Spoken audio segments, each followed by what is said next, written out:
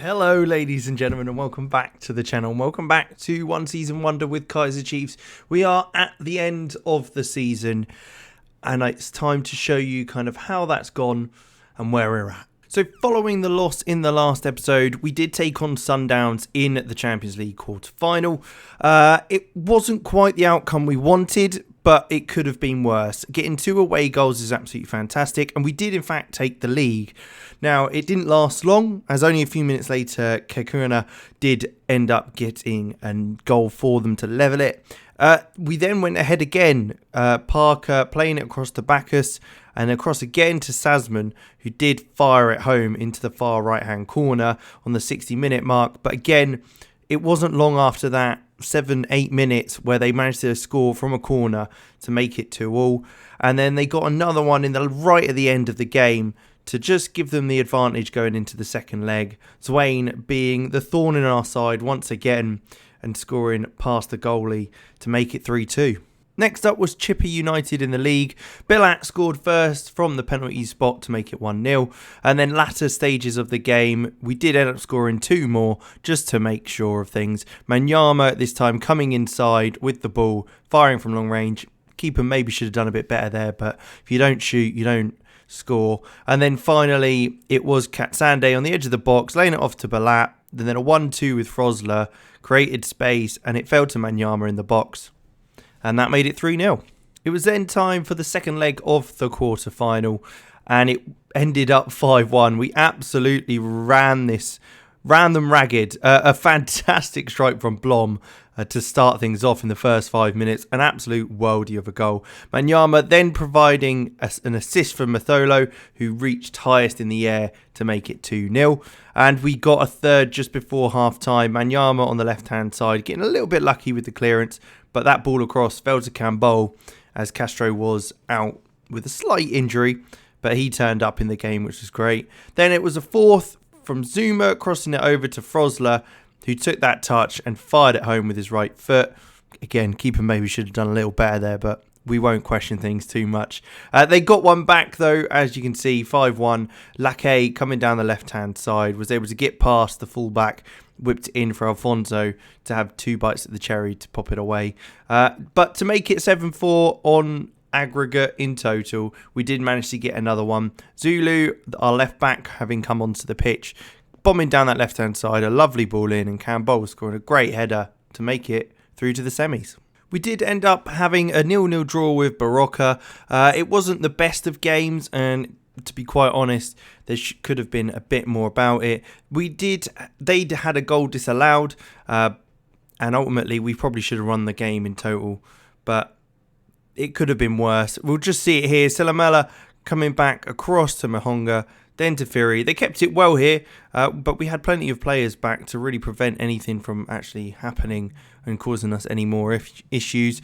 And Falele was able to pour the ball forward into Nsimbi, and the ball came through to Mpe, who did end up popping it away, but he was deemed offside. And then the final game of the league season was Martinsburg. It was a 3-1 win away from home.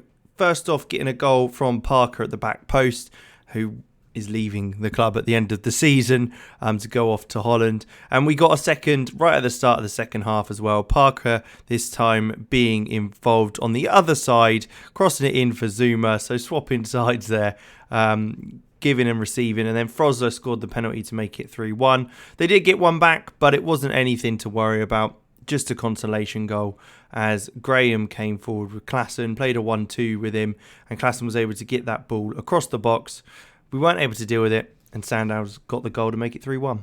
We then got through to the semi-finals, and the funniest thing is this is the team that Kaizer Chiefs beat in real life in the semi-finals, and you can see here we definitely didn't beat them in the first leg at least. We were at home and we lost 3-0. It was very, very comfortable for them. We didn't cause any issues. I think the boys kind of just gave up at the end of the season, and it was quite upsetting, really. I was gutted because I thought we were really going to be able to get something out of this and win the Champions League, but it happened. Without spoiling things, we did end up getting knocked out, as you can see here as well. It was a 2-1 loss in the second leg.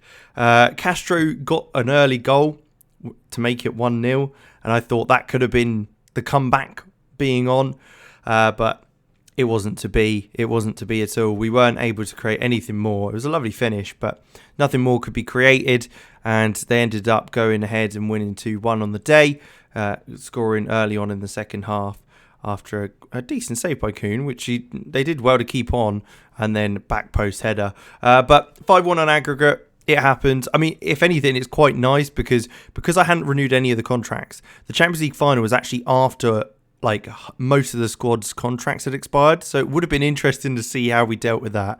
I think we'd have got battered, but there you have it, 2-1, and we were out of the Champions League. So there we are then. That was the end result of our campaign. Now, we have got a meeting with the board. They're obviously not very happy with the results we've had. We'll see how the meeting goes, and then following that, we'll see maybe the end of the season results, anything like that, and kind of go from there. But let's attend this meeting. There won't be a game today, so this will have to do. We're not happy with your current performance, and considering your position at the club, we'd like to know why the team have performed so badly. Good question. We've had a difficult run of games. I've been unlucky with the amount of injuries. I think it looks worse than it is. We've played really well, but form table doesn't show. Okay. Form doesn't always show what a team is playing, so we're prepared to give you benefit of the doubt. No, that's good. I mean, that's all right then. And you can see in a few days' time, there is going to be loads of people leaving the club. But here we are. We're straight into the end of season results. So like I do normally over the last couple of weeks, I'll pop up all the kind of results we've had in there, and I'll make sure I've got them next to me. So we've got the info we want ready. So here we go then. So we couldn't bring anyone in. That was the big thing about this one, is that we couldn't bring anyone in, and we had to kind of deal with what we had as the transfer. We had a transfer ban. Now, the board weren't happy with the league performance. They wanted us to win the league. Now, if we compare that to the actual result in the league, we've halved where we were, or they were. They finished 8th on 36 points. We finished 4th with 58. So ultimately, we did do all right. I mean, Cape Town came just above them in real life, and they finished 2nd. So it is interesting. Champions League, we did get through to the semi-finals, being knocked out by Wydad. Again, I will show you just here. First, the group stage. Let me get those up for me so I know what I'm talking about. So in the group stage, they actually played Wydad, who topped the group. Then Kaizer Chiefs came 2nd. We obviously had a slightly different group stage, and we got through to the semi-finals, and we did end up also playing Wydad, but in real life they did a little better and got through to the final, losing to Al Ali in the end, who we beat a couple of times. So I'm gutted. I'm absolutely gutted that we ended up losing that so badly. Leonardo Castro again, top goal scorer, which he was in the league as well. And there you go. When it comes to the cups and the cup competitions, the South African Knockout Cup, which is kind of like the FA Cup kind of thing that they have. I'll be honest, I don't know how they did in that. I don't think we'd had a look at that before. What I think it might have been is this one, which is up on the screen now, where they lost to Richards Bay 2-1.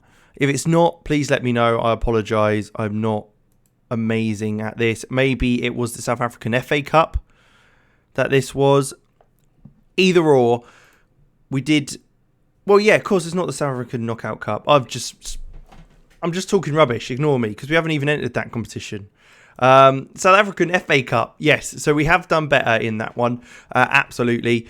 They got knocked out in the first round of 32. We got knocked out in the quarterfinals versus Amazulu.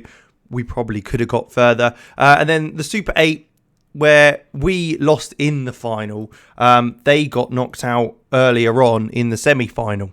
So again, we did better, but I just still wanted to win that really, and then be the coach challenge. hasn't played yet, so we'll see how that goes later, I guess.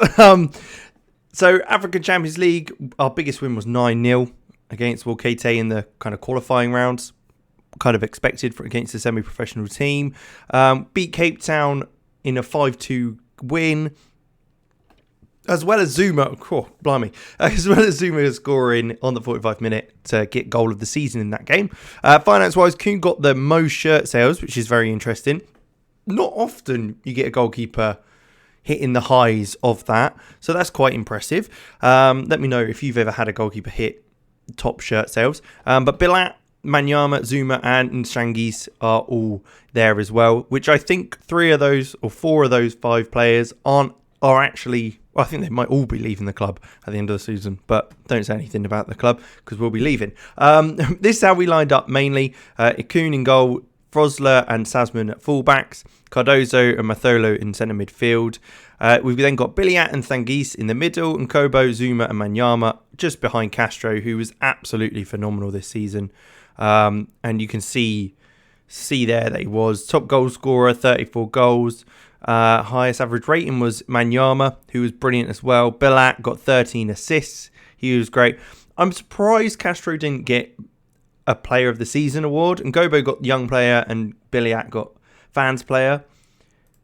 They did do well, to be fair, so I can't really deny that too much. Most Player of the Match awards in a season, 8 by Leonardo Castro.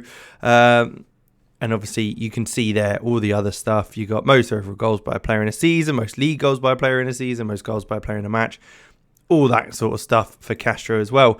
But there you have it. That is the end of the season. Let's take a look at the goals scored. Now, obviously these will be slightly different because these will be full all competitions, whereas what I'll have up here is actually just the league, as I haven't been able to find anything for all the goals in the season.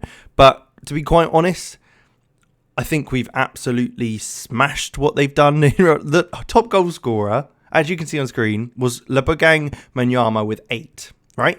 So in total, he got 13 goals, but in the league, he got 7, right? So that was their top goal scorer, and he wasn't even our top goal scorer. Leonardo Castro got 18 goals in 27 games.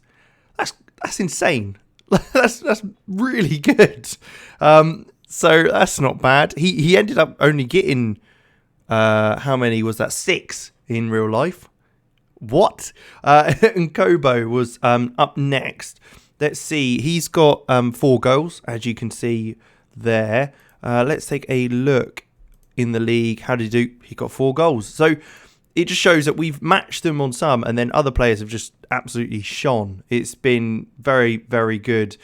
Campbell isn't even on that list. I don't know why that is, but Lazarus Campbell didn't get a goal all season. He got more goals in the League Cup, I think. Is that right? If we look down here, in the continental competition, he got 9 goals, and in a cup competition, he got 1 from being sub. That's pretty good. Anyway, I digress. There you go. I think we did, even though the board are very unhappy with us, we definitely did better than they did in real life. I'd be upset that they're so annoyed, especially with a transfer ban. I think if we did it again for another season, it'd be really interesting, especially now that I haven't renewed any of the contracts. But if we had done and we'd have gone through it properly, I think this could have been really good fun to bring Kaizer Chiefs back to kind of the glory days of winning leagues and winning trophies and stuff. But there you have it. That is the end of the One Season Wonder with Kaizer Chiefs. We will be doing another one next week, so keep an eye out for that. If you've got any ideas for any clubs you want me to do, obviously whack them in the comments below. I'd love to do whatever you guys recommend. The stranger, the better. But yeah, like, subscribe, all that good stuff, and I'll catch you next time.